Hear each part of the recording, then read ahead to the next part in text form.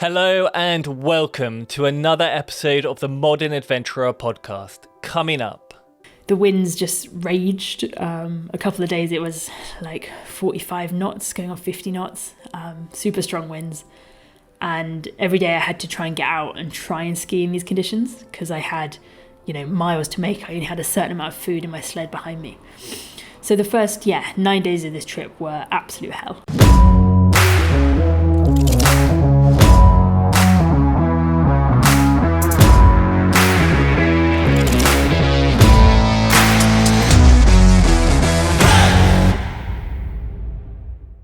On today's show, we have Mollie Hughes, a female explorer who broke the record for becoming the youngest woman to summit both the north and south part of Mount Everest, as well as the youngest person to ski solo to the South Pole.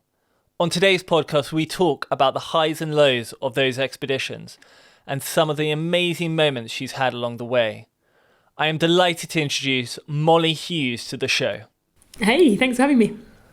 Well, you've been on quite a few adventures in recent years, and I mean, it's truly incredible. You became the youngest person to summit both the north and south of Everest, and recently you've just got back from Antarctica after being the youngest person to solo ski to it. But probably the best place to start is with you and how you got into these grand expeditions.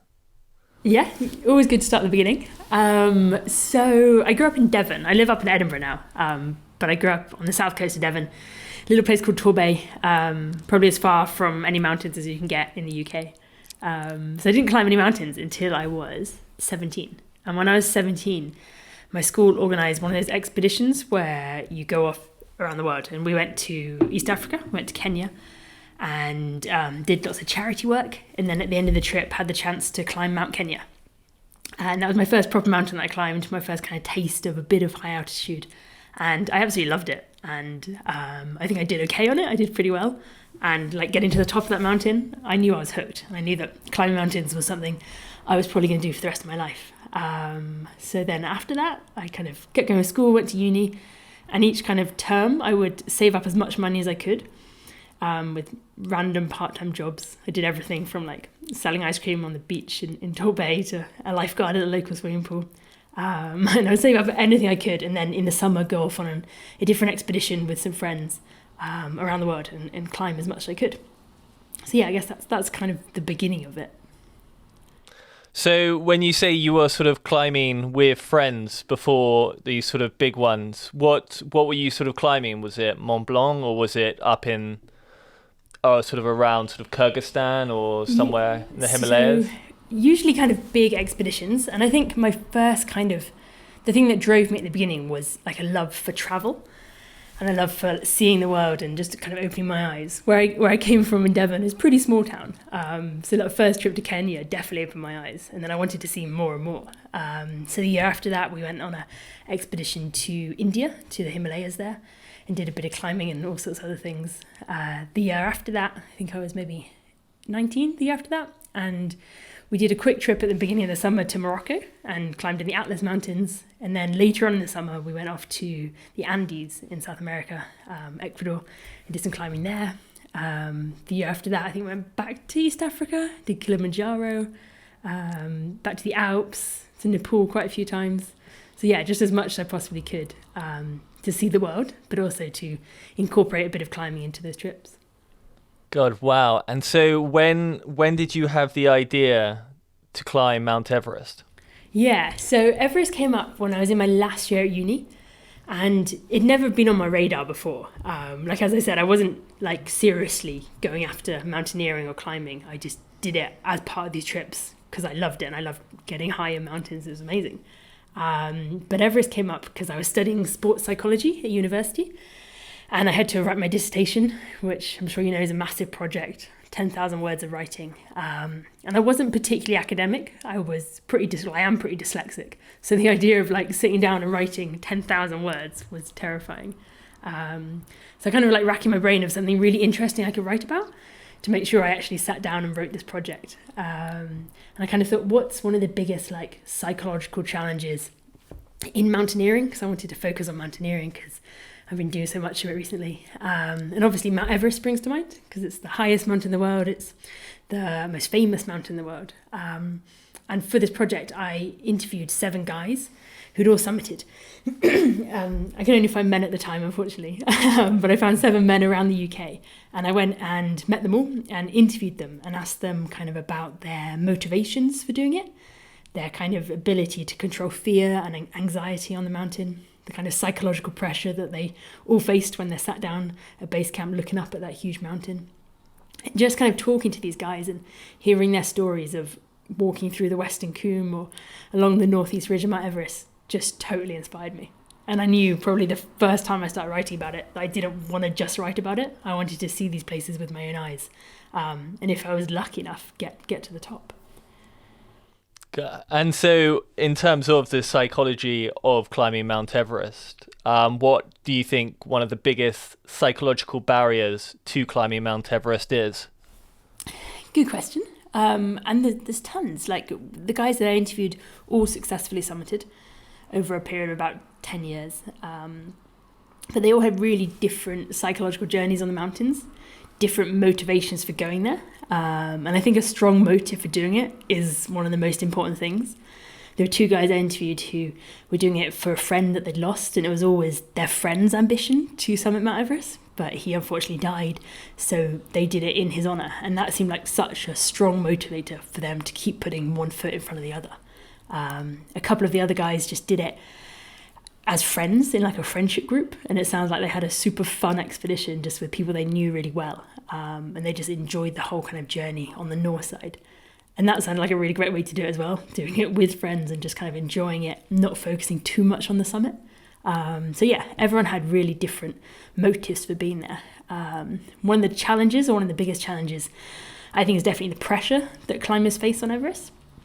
And no matter what motive you've come from, the pressure is always there because you've either spent up to 50, 60,000 pounds to get there, or you've raised the funding, 50, 60,000 pounds, which I think is actually harder than spending your own money. So you've put all that money into it, you put all that time and training into it. You've probably been speaking about this for years, and then you're sat down at base camp looking up at that huge mountain and you're feeling rubbish. Like you're at 5,000 meters, you've got a headache, you're pretty terrified of this mountain, and you're thinking, how on earth am I gonna get up there? So really kind of working out how to balance that psychological pressure, I think, is one of the only ways to kind of succeed on the mountain. And what was the psychology behind yours? Was it very much about the thrill to experience it, or was it more about something that had happened to you? Yeah, really good question. And one I don't think I really analysed or thought about actually until quite recently. And when I was like a kid and when I was at school and even at uni, I was like pretty shy. I was always one of the shyest kids in the class. I would never put my hand up and say, answer a question. I remember just always going bright red in class if a teacher asked me a question. So I never had that much like self-confidence, but I always kind of felt deep down inside of myself that I could do something and I could hopefully achieve something cool with my life, even if I didn't have that kind of confidence to shout about it. So I think in a way, when I started learning about Everest, learning about the journeys that these guys went on, I thought, hey, I could probably do that. I might not have the confidence to start shouting about it just yet, but I think that might be something that I could do to prove to myself that I can actually achieve something with my life, which is a bit weird in a way, and a weird place to choose to do that. But I think it was great. And I went there and we had a great expedition, and kind of on the back of it, I definitely gained so much more confidence and just that kind of self-belief that I can do things and I can achieve things. So I think that was actually my motive for doing it at 21, to prove to myself that I could. Yeah. No, it's a good one. And so the first one was when you were 21. The first summit, was that of the north or south face? So that was on the south side, so the Nepalese side. Nepalese side.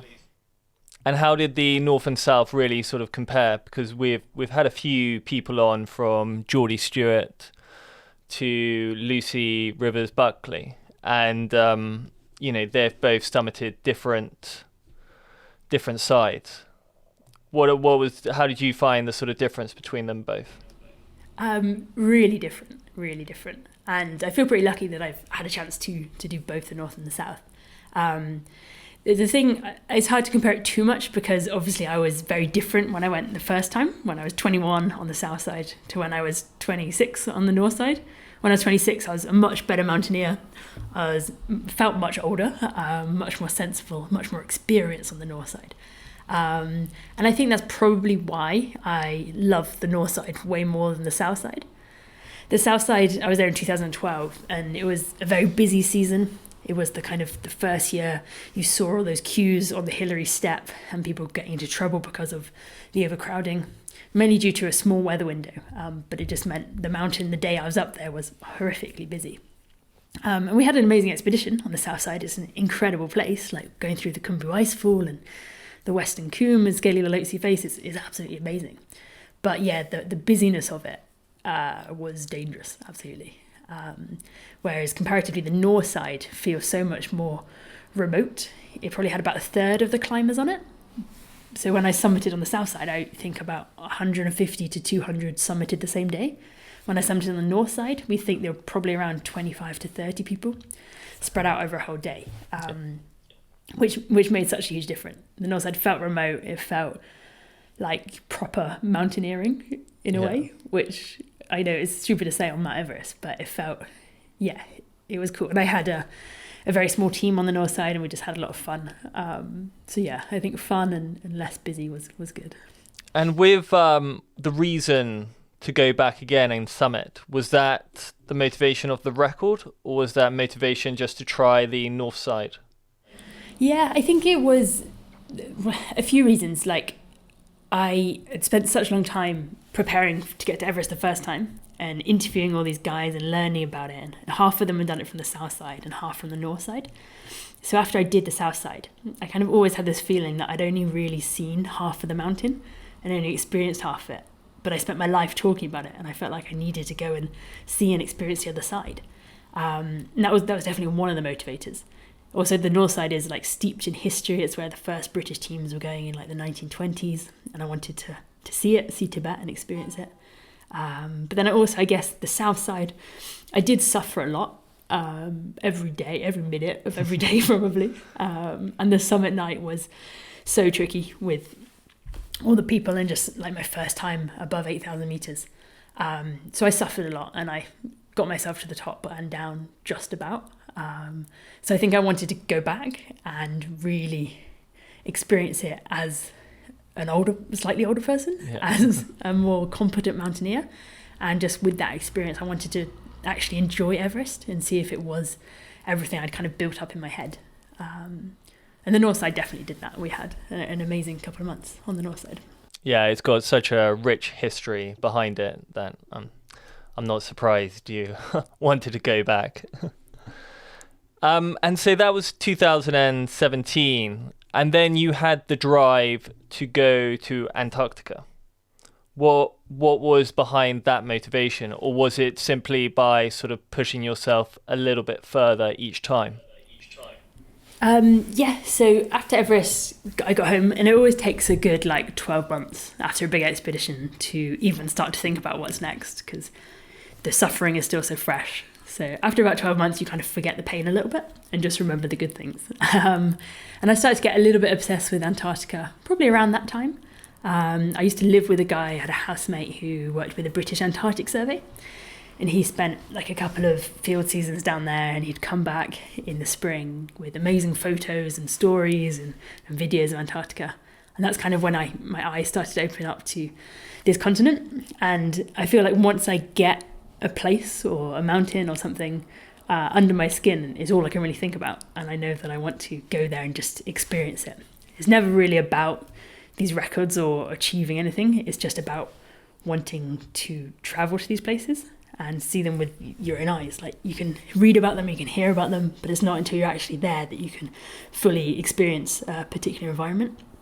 And Antarctica was so interesting. Like, it's this huge, vast, frozen continent. It's the world's biggest desert. No humans have ever permanently lived there. There's hardly anything. Like, in the center of Antarctica, there's nothing there. Not even bacteria can grow because it's so cold and so inhospitable. So yeah, obviously I wanted to go and see it with my own eyes. But getting to Antarctica takes a lot. If you don't work for something like the British Antarctic Survey, if you're not a scientist, you can go as a tourist, but that costs crazy amounts of money. So I knew I had to go and do an expedition down there, an expedition that I could hopefully get funded by sponsors, like I do with all of my trips. So yeah, did some research and found an expedition that would go from Hercules Inlet, which is kind of where the land mass meets the sea ice of Antarctica, right on the kind of edge of the continent. And if I skied from there to the South Pole, like 700 miles, and if I did it solo, then I would be the youngest woman to do it solo. So with getting sponsorship and trying to fund these expeditions, you always had to find like a USP or a record or something that you can target. So yeah, I found that record that I would be the youngest at the age of 29 and thought, okay, that's what I got to do. And this is my target, to try and raise the thousands and thousands of pounds that I need. Good. And so in terms of sponsorship, how long did it take you to raise that sort of money? Almost 12 months, I think, for Antarctica. Oh, wow.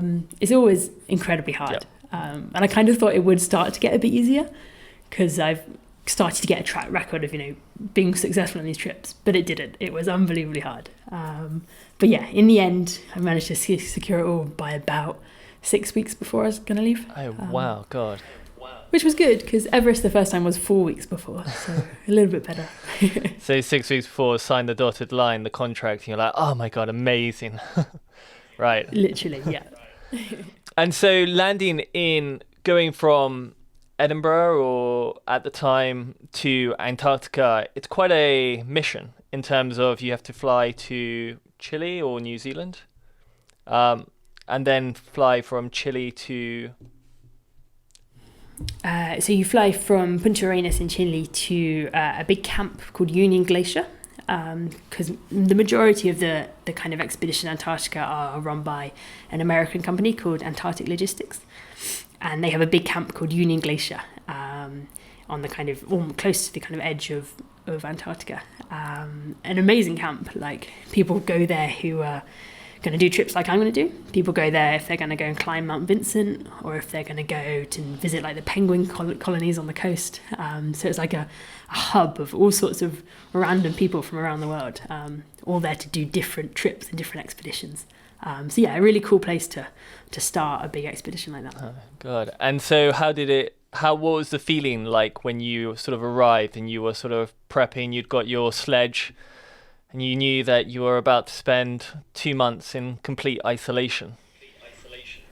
Yeah, so arriving at Union Glacier, I had about 3 days there to do all the kind of last minute prep, pack up my sled, do my kind of checks with the comms team, because there's a small comms team who every evening I would have to ring them up on my sat phone and give them my location, let them know I was okay.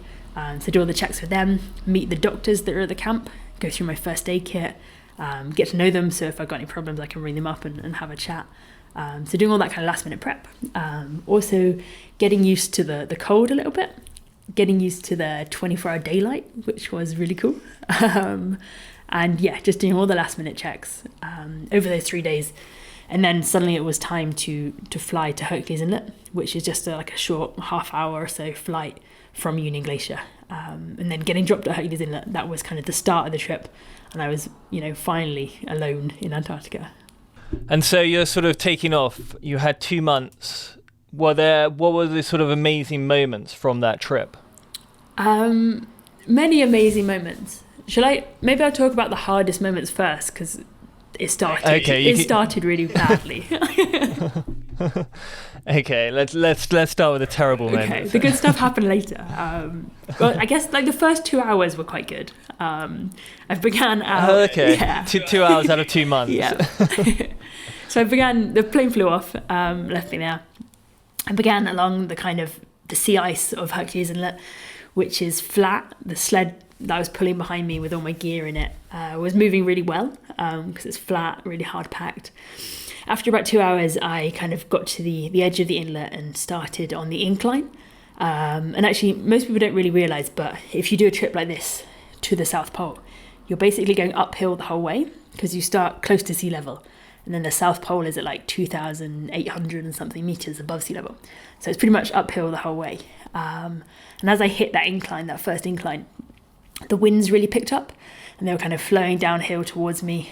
And at that point, I remember looking behind me and seeing these massive clouds coming over the horizon. And I didn't realize at the time, but these clouds and this weather front that was coming in was going to stick to me for the next 9 days or so.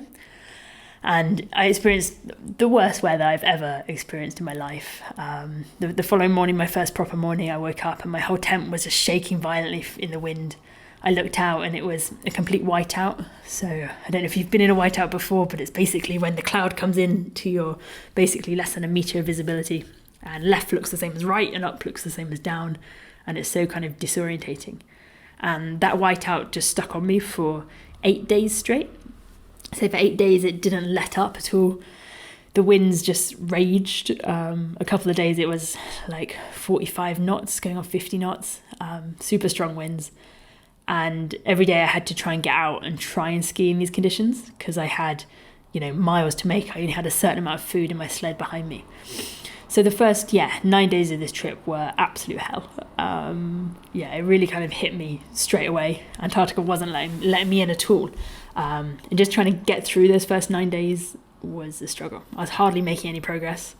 I was aiming to do about 12 nautical miles a day. And the first few days I did 3.5, 4, 5 if I was lucky, like hardly moving.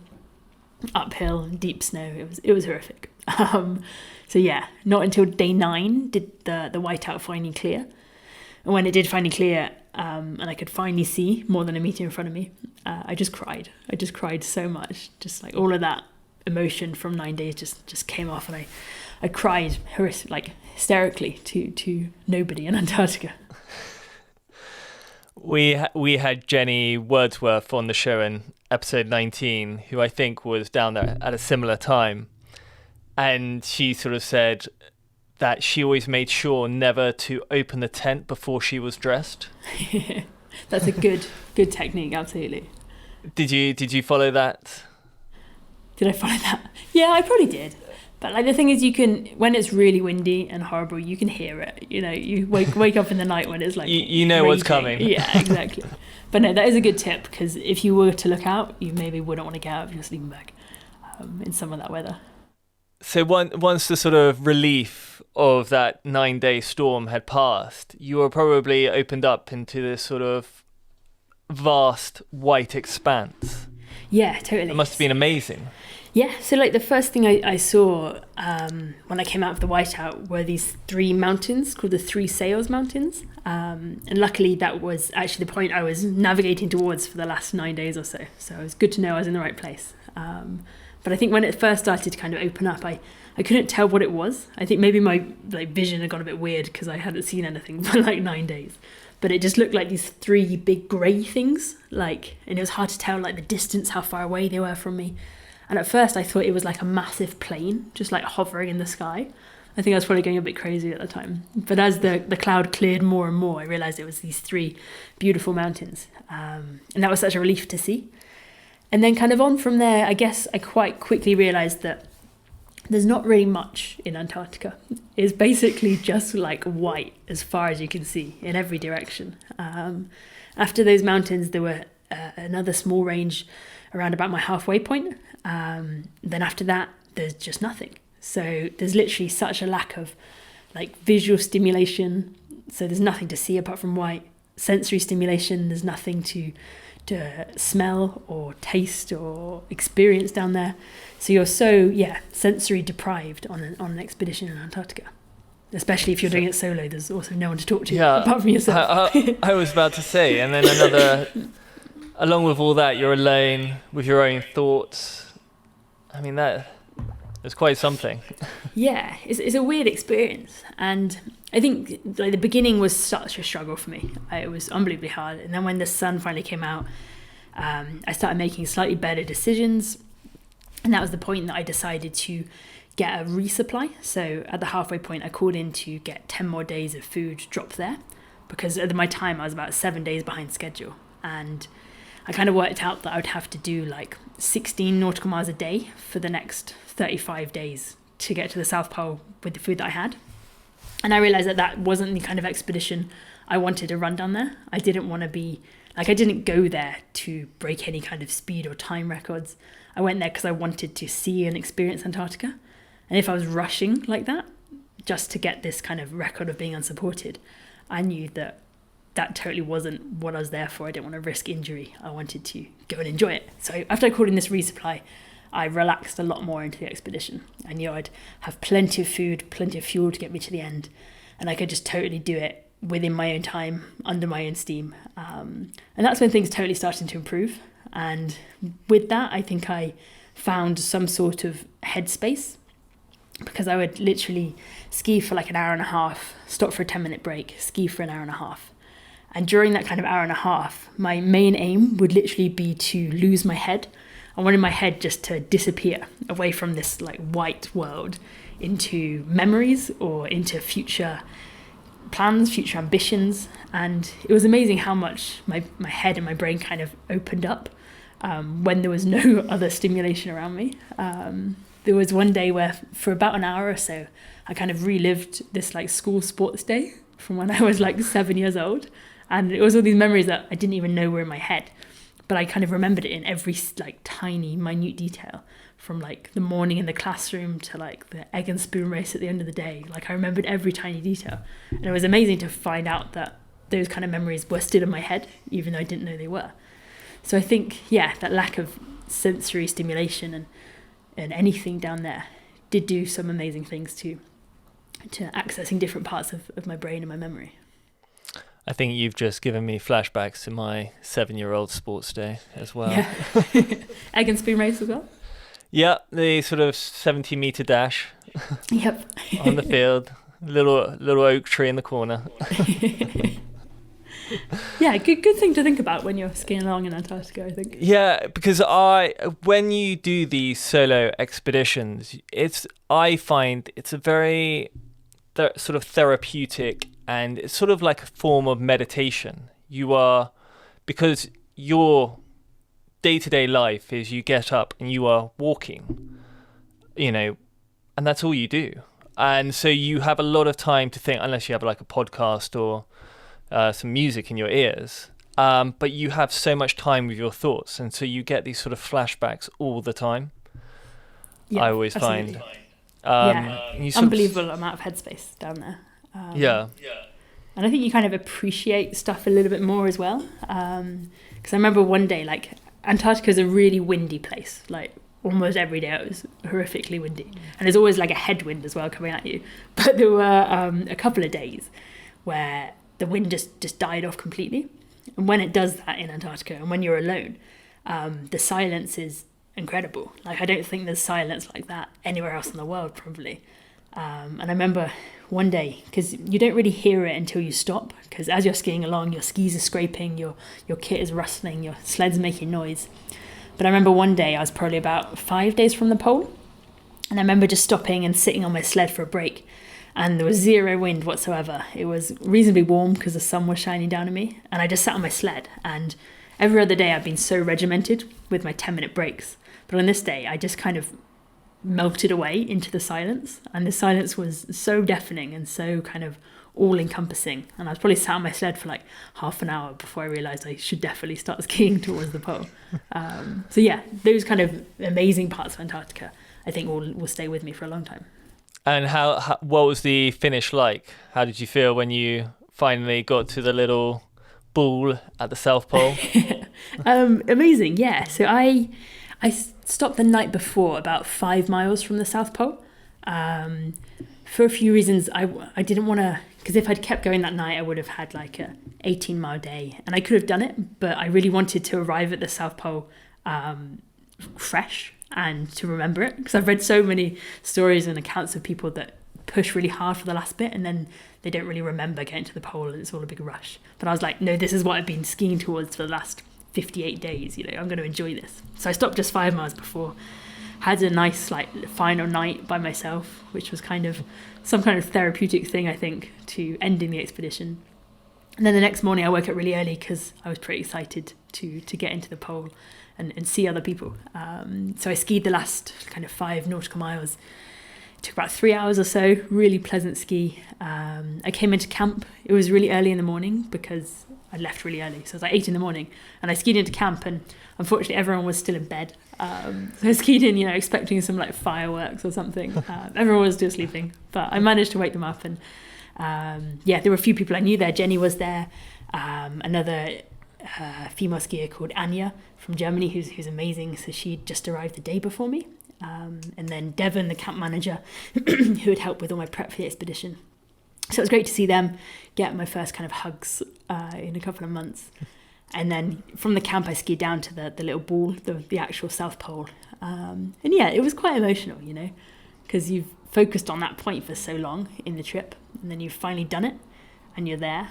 Because I guess on Mount Everest, by the time you get to the top, there's never that sense of achievement or anything, because you've still got to get down the mountain again. But when I finally got to South Pole, I knew that was it. Like, I could take off my skis and maybe never put them on again, and that was okay. It was a nice feeling. God, what a story. Well, that's amazing. It just must have been such an amazing moment as well to sort of finish it. I've always wanted to go to Antarctica, so.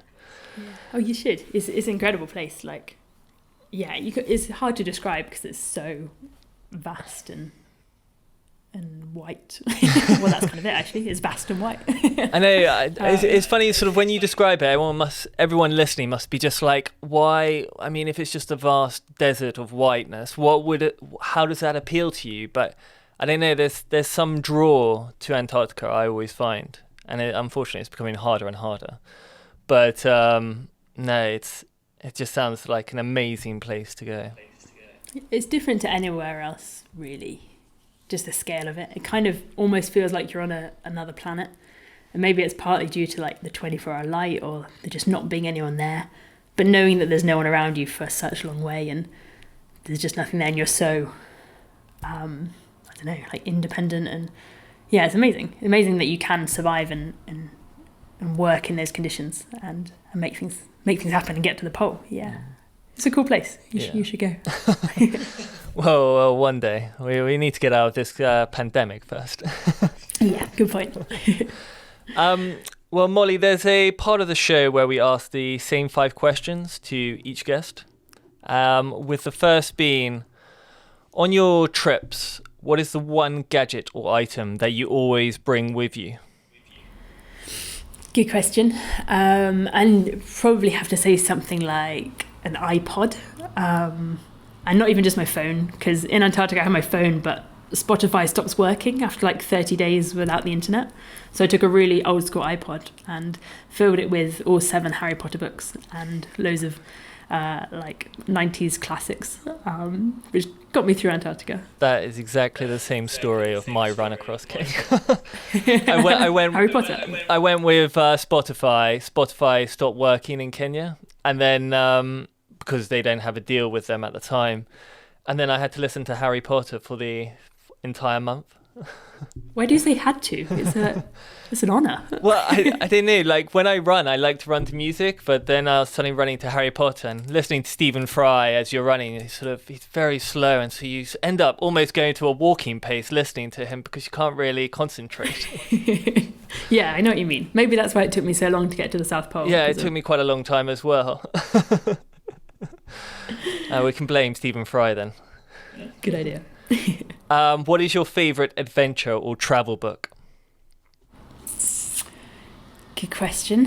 One of the first books I read about Everest was from Stephen Venables. It was called Higher Than the Eagle Soars, I think. And an amazing book about his expedition on Mount Everest and getting to the top without oxygen and having to dig a snow hole close to the summit and spend a night there. It was amazing to read about that story, and really inspired me, I think, to get into the big mountains a bit.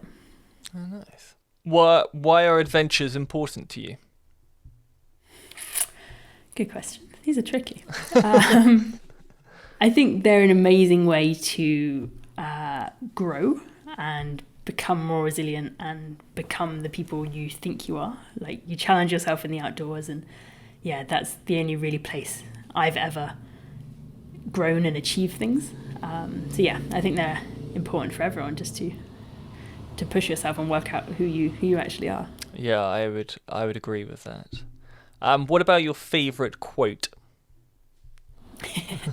Good question. There's one from Junko Tabei that I always used to put in my talks when I'd do some school talks. And it's all about like willpower being the most important thing. And like technique and ability are just things that you can kind of learn. But willpower is the one thing that's gonna make you achieve things in life. And I think that's totally true. Like when I started with my idea to climb Everest, I didn't have any of the techniques or ability, but I had that want and that will. So if you can harness that willpower, you can learn how to do anything and you can really achieve anything. Oh. So yeah, good quote from Junko. That's a nice one. People listening are always keen to travel and go on these sort of grand adventures. What's the one thing you would recommend for people wanting to go out on an adventure? Just to take those first steps. Like I could say all sorts of things about training and, researching it all and doing it properly. But I think the one thing is just committing to yourself that you're going to do it. And once you take that first step, and for me, it's usually telling somebody else what my plan is in my head. And then after I've told them, I've got to do it. So take that first step and then just put everything you possibly can behind it, because we're not on this planet for very long. So you want to go out and you want to see it. You don't want to end your life with regrets that you could have gone somewhere, you could have seen something cool. So yeah, take that first step and then wholeheartedly go for it, because the world's an amazing place. Yeah, I always think the start is the most terrifying and exciting part, like planning these trips. But I think, I don't know about you, but always the first, when you are there about to start, you have all this moment of dread, but as soon as you take that first step, it sort of just washes over you. But before, you're like, oh my God, all this fear and everything. But then you get into it and it's a bit so much nicer. Yeah, absolutely. And the ball starts rolling and you kind of move along with it because you've put all the kind of prep into it. Mollie, how can people find you and follow your adventures in the future? So social media, or my website is just Mollie Hughes, Mollie with an IE, hughes.co.uk. There's loads of blogs and videos and all sorts on there. Or on social media, I'm there as Mollie J Hughes. So yeah, come and see me sitting in my flat in Edinburgh. But in the future, hopefully more good adventures. And what is your plans for the future? It's a good question. And I'm not really sure. Like big expedition wise, it's quite hard to plan anything at the moment. I'm hoping to do a lot more stuff kind of based out of Scotland. I'm lucky enough to actually, like just recently in December, become the new president of Scout Scotland. So working a lot with young people and pushing for them to get more into the outdoors, to help with physical, mental health and everything. So hopefully a lot more work with young people. And then hopefully some more big trips, but we'll see when this pandemic finally finishes. Well, Mollie, thank you so much for coming on today and telling your stories. Really, really some incredible moments you've had along in the last 3 years. Yeah, no, absolutely. I feel very lucky to have seen and done what I've done. And yeah, thank you for having me on the show. Well, that is it for today. Thank you so much for watching, and I hope you got something out of it. Hit that like button if you did, and subscribe if you haven't already. And I will see you in the next video.